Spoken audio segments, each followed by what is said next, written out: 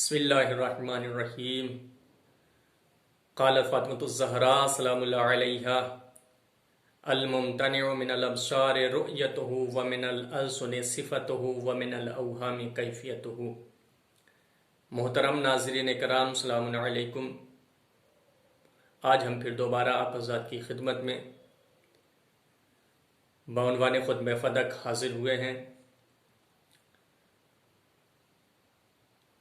ایام اعزا خصوصاً محرم و سفر کی وجہ سے یہ سلسلہ یعنی بعنوان خطبہ فدق جو روک دیا گیا تھا، انشاءاللہ المستعان اب وہ سلسلہ جاری و ساری رہے گا۔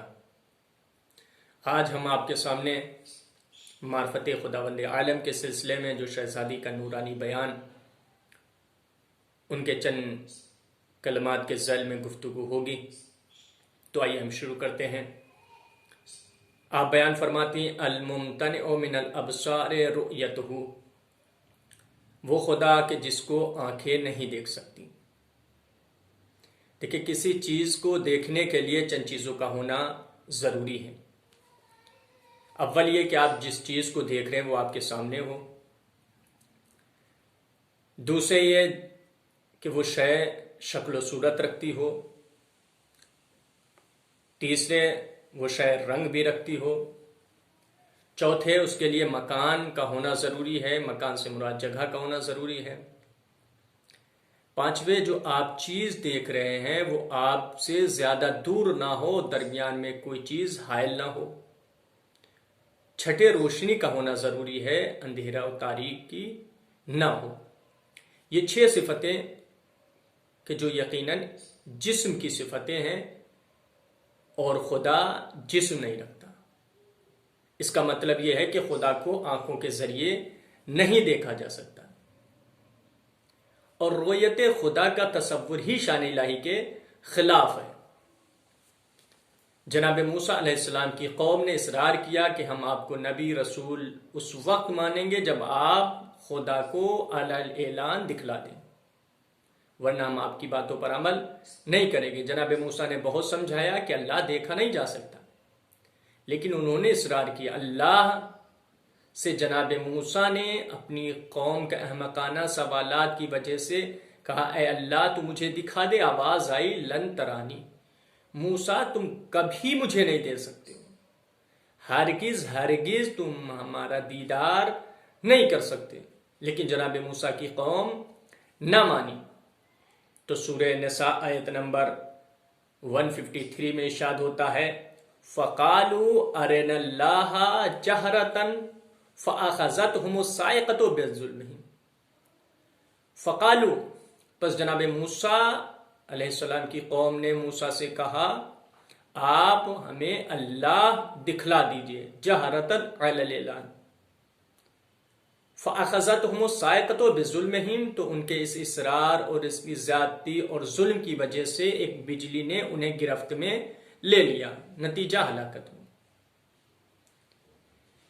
اس واقعے سے 2 باتیں واضح ہو جاتی ہیں۔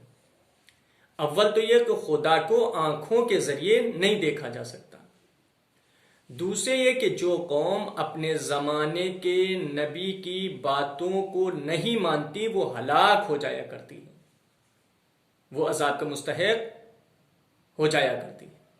تو اللہ کو آنکھوں کے ذریعے نہیں دیکھا جا سکتا۔ خود وعدہ اللہ شریف قرآن میں دوسرے مقام پر ارشاد فرماتا ہے، سورہ انعام میں آیت نمبر 103 میں، لا تدرکہ الابصار وہو یدرک الابصار وہو اللطیف الخبیر، کہ نگاہیں اسے پا نہیں سکتی لیکن وہ نگاہوں کو پا لیتا ہے۔ وَهُوَ اللطیف الخبیر، وہ لطیف بھی ہے اور خبیر بھی ہے، یعنی وہ چھوٹی سے چھوٹی چیزوں سے باخبر ہے۔ دیکھیں، حواس ظاہری و باطنی کا اپنا اپنا ادراک ہوتا ہے۔ مثلا عقل کا ادراک اور ہے، اور نظر کا ادراک اور ہے۔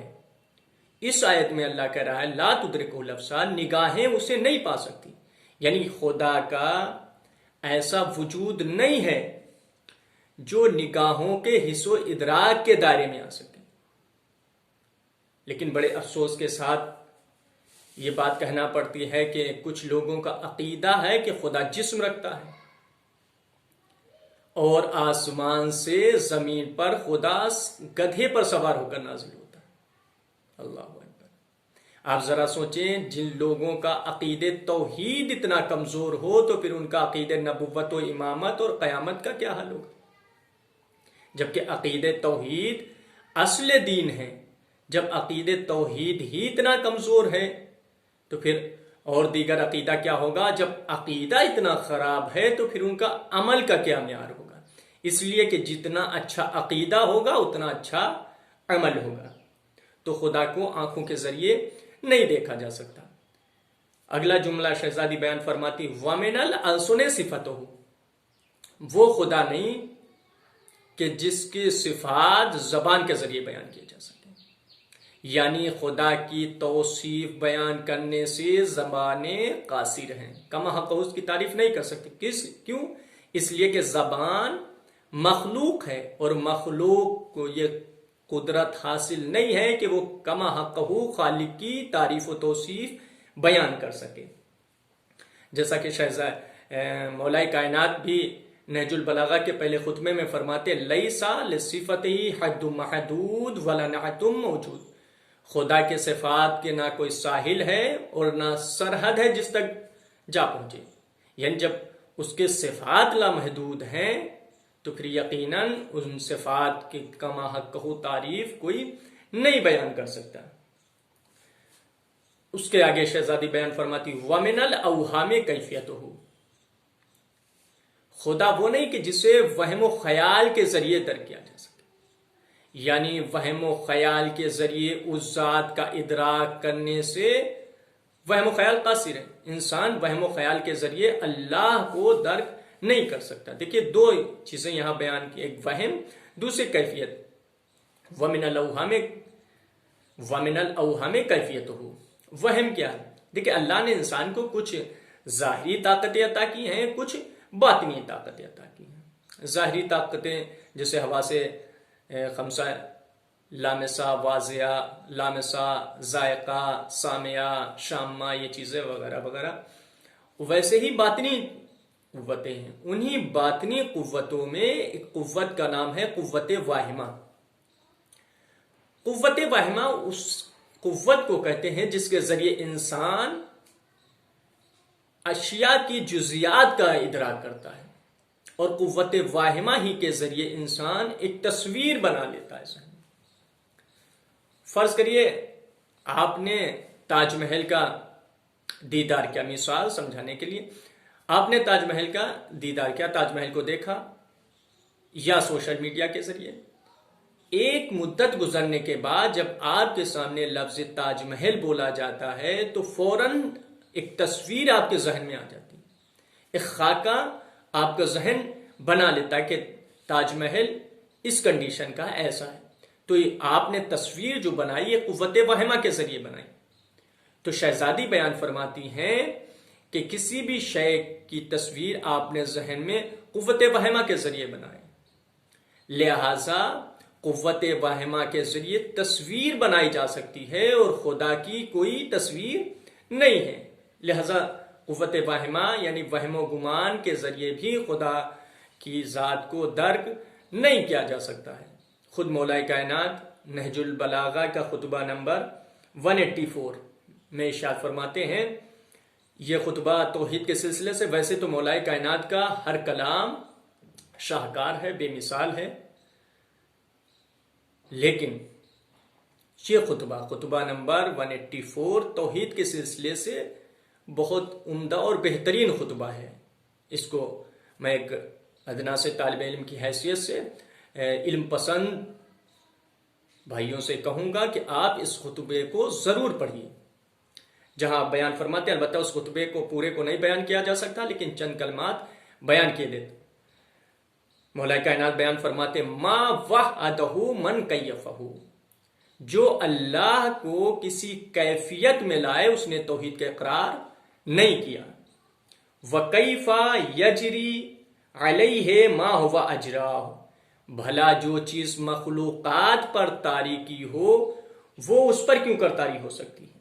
جیسے حرکت و سکون مخلوقات پر طاری ہو سکتی ہیں، اللہ پر نہیں۔ وَيَعُودُ فِيهِ مَا هُوَ أَبْدَاهُ، اور جو چیز پہلے اسی نے پیدا کی ہے وہ اس کی طرف عائد کیوں کر ہو سکتی ہے؟ وَيَحْدُثُ فِيهِ مَا هُوَ أَحْدَثَهُ، اور جس چیز کو اس نے پیدا کیا ہے وہ اس میں کیوں کر پیدا ہو سکتی ہے؟ اذن لتفاوتت ذاتہ، اگر ایسا ہو تو اس کی ذات تغیر پذیر پائے گی۔ ولا تجزأ کنہہ، اور اس کی ذات قابل تجزیہ ٹھہرے گی۔ ولم تنع من الازل معناہ، اور اس کی حقیقت ہمیشگی و دوام سے علیحدہ ہو جائے گی۔ وَلَكَانَ لَهُ وَرَاءٌ إِذْ وَجَدَ لَهُ إِمَامٌ، اگر اس کے لیے سامنے کی جہت ہوتی تو پیچھے کی سمت بھی ہوتی۔ کہنے کا مطلب یہ اس میں جو چیزیں بیان کی گئی یہ بندوں کے صفات ہیں، یعنی تجزیہ بندوں کا کیا جا سکتا ہے، تغیر بندوں میں پایا جا سکتا ہے، اور جہت بندوں کے لیے صرف اللہ کے لیے نہ کوئی جہت منتخب کر سکتا ہے، نہ تجزیہ کر سکتا ہے، اور نہ ہی اس میں تغیر پایا جا سکتا۔ یہ تین جملے جو شہزادی نے بیان کیے تھے، یعنی اللہ کی معرفت آنکھوں کے ذریعے نہیں ہو سکتی، اللہ کا ادراک وہم و خیال کے ذریعے نہیں ہو سکتا ہے، اللہ کی کما حق صفات زبان کے ذریعے نہیں ہو بیان کیے جا سکتے۔ انشاءاللہ المستعان اگلا ویڈیو شہزادی نے جو خلقت کائنات کے سلسلے میں بیان کیا اس کے ذیل میں گفتگو ہوگی۔ وآخر دعوانا ان الحمد للہ رب العالمین۔